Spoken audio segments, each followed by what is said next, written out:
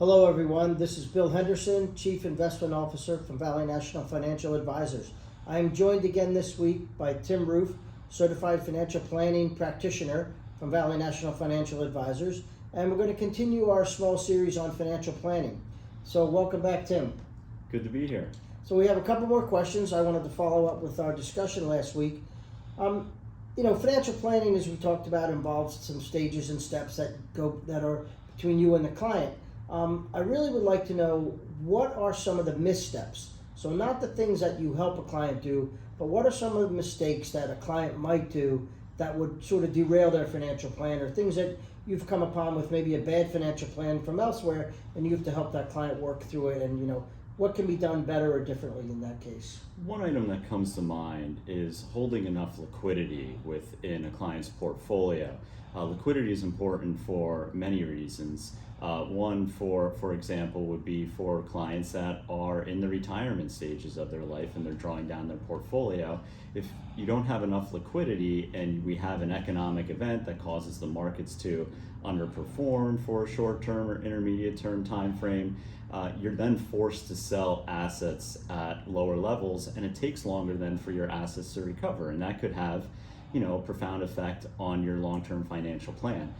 In other aspects, when you're in the accumulation phase, for example, you want a sufficient cash reserve that if your income were to be interrupted for whatever reason, or you have a large expense that just happened to pop up that you weren't preparing for it, you have enough cash on the sidelines to cover those expenses, to cover those uncertain times, so you don't have to take out loans.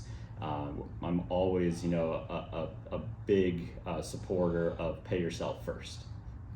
That's great, Tim. So, as my role at Valley National, I'm an investment professional, and I focus on the investments, the strategies that work for clients, or that I think are going to work for clients. So, in your example, keeping enough liquidity. In my mind, liquidity costs money. Anything you leave on the table, you're not earning an investment return. But in your mind, not having enough liquidity can cost you as well. So it proves that we really have to work together. So how, in what you do, does your role differ from mine as just an investment professional versus your role as a certified financial planning practitioner? Sure, it's really about getting to know the clients, what they like, what their goals are, what their expectations are, and then coordinating various aspects. It could be their cash flow needs, it could be tracking their retirement goal progress, also taxes, how to best coordinate income tax savings, and then finally risk protection, having the appropriate amounts of life insurance or disability insurance. Looking into, does long-term care insurance make sense to protect yourself against long-term care needs? And then finally, estate coordination, coordinating beneficiaries, your goals in passing down assets to your heirs, for example.